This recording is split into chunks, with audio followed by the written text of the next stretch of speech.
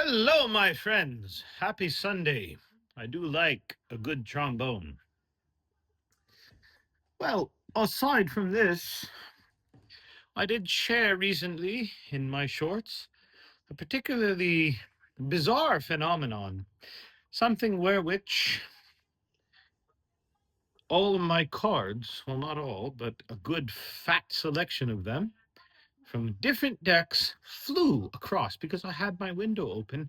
And what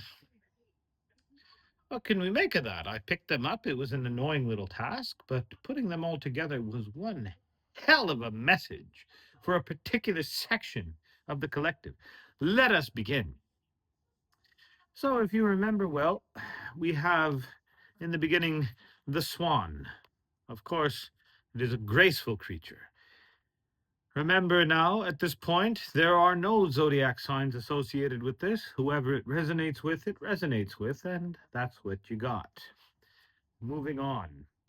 Now, perhaps, my friends, whoever this resonates with, there is a particular situation that you have held with a death grip until the bitter end, but realized that no matter what you did, no matter what goodness you provided, no matter what heart you gave, it did not work. So it caused a matter of suffering in silence. And then, what can we say? What can we say except we must give in to the things that hurt us, to the things that we cannot control, to the things that allow free will, to the people that allow free will. We cannot control another person. No matter what we wish, no matter what we desire, you cannot control the free will of another person. So, once we realize this wonderful lesson, we come to forward movement, positive movement forward, right? If you accept that properly, then things move along quite well. The wind blows in your favor. If you don't accept it, well, oh damn. Expect a bit of pain. But hey, this comes back to the have you done your shadow work or have you not? We're going on the path of the person of the collective who has done their shadow work. And so we get the following card: Prosperity begins. Now that you have understood the sacrifice that you have made, letting go of the thing, of the person, of the situation that you most loved and that you gave everything for, you have let go of. Since you have done so, the universe, spirit, Shrikal Purkaji, whatever you wish to call it, has understood and saw your commitment and has paid it forward. Now, the next thing we have, again, as a confirmation, the Eight of Cups. A lot of pain, a lot of suffering seems to be a big figure in my readings these days. I don't particularly know why, but oh well, it is what it is. So once you move on, once you let go, things are going to seem a little bit chaotic, a bit rough, a bit painful. Once again. Nevertheless, it takes you into a certain fog of war, whereby you are the fool. And the fool in the tarot means somebody who is ready for new beginnings, ready for a brand new start, ready for whatever comes their way, just simply living in the moment. And this oracle card, God speaks.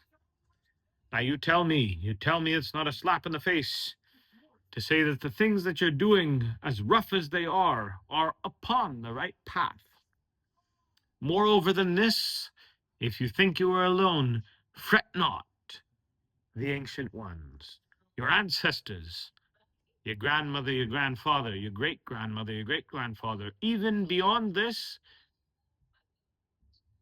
ancestors who you did not know are with you, and they protect you, and they know you, and they follow you in ways that you cannot necessarily follow. Believe me, as we say, the Three of Pentacles. recognition. They know, they know well. They are following you, they are protecting you. So you hold that well. Now, one thing that I must say that matters most is you have reached at the Two of Swords a crossroads of decision. Shall you fall back into the things that caused you pain and misery and woe and suffering? Or shall you advance forward, understanding the will and the command of the divine? The choice is yours. Remember, free will belongs to every single Jeev. In Punjabi, we say Jeev, which means soul. Every soul has the right to free will, and no one can command them, no matter what is said, no matter what is done. Here, the Two of Wands, a vision. You may have a proper vision of where you want to go, of the course of which you've set, of where you wish to be. It may not be so easy. There may be many trials and tribulations ahead of you, depending on what your goal is and where you wish to finalize, but it comes nonetheless. And so understand this. More importantly, responsibility. Aye, we call it the Ten of Wands. Usually, in the tarot, the Ten of Wands means a releasing of stress and burden. Nevertheless, what this particularly refers to in this particular tarot deck is that of a duty, of that of responsibility. You have been given the blessing, you have been given the recompense, you have been given the justice, the things that you have wished for all the things that people, loved ones, family, friends, mother, father, brother, sister, uncle, aunt have done to you. You got your chance. Now, take a good dance, but be responsible about it. If you decide to fall down the descent path, who can save you at that point? Because you have been given the chance. Don't waste it. Next, shifting universes.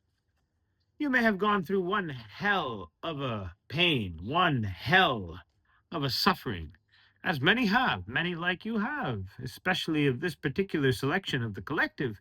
You have gone through one hell of amount of pain. And yet here you are. As I like to say, you're a scrapper, you're a fighter. Who's going to stop you now? The only thing you must understand is that though you shift universes, as the previous card has said, you must maintain responsibility. You got the chance. Now, make the dance.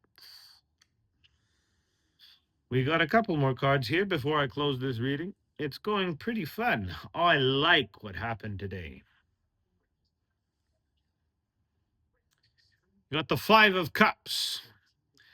Now, the Five of Cups, once again, speaks to a profound amount of emotional pain.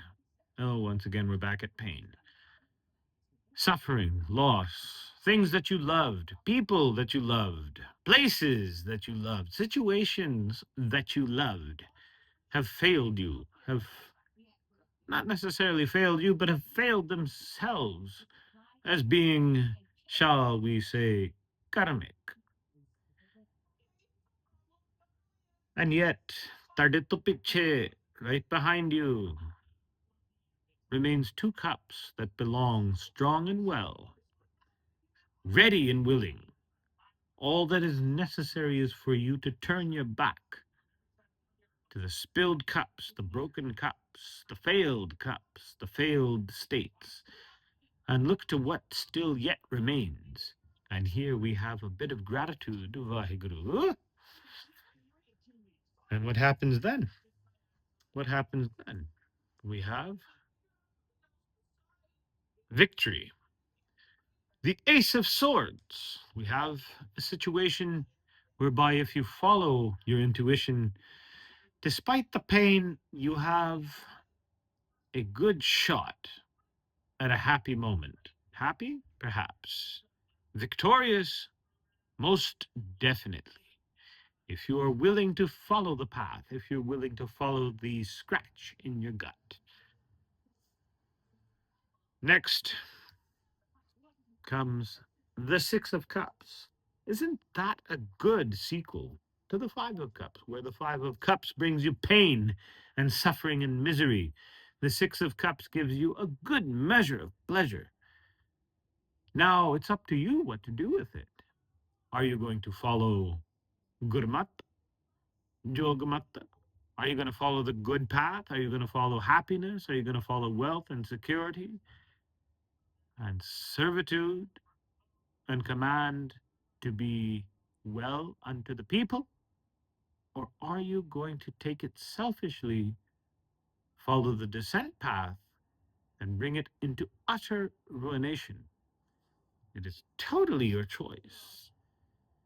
I do suggest one thing, however, but it's not my business necessarily for what you do. The final card before I close this most interesting reading is the Six of Pentacles, which refers to generosity. Now that you have your blessing and your comeuppance, now that you have the goodness and the wealth and the power and the authority, how will you handle it? Are you going to be a good leader, a good follower of the command of the Most High, of Spirit, Shri Akal Purakh? Or are you going to be greedy and selfish and rotten and fall back into the pit from whence you came? The choice is entirely yours. You have a great Sunday evening, my friend. Yes, in the background, I do like Rick and Morty. It's a good show, lots of fun. You take care. You have a good one.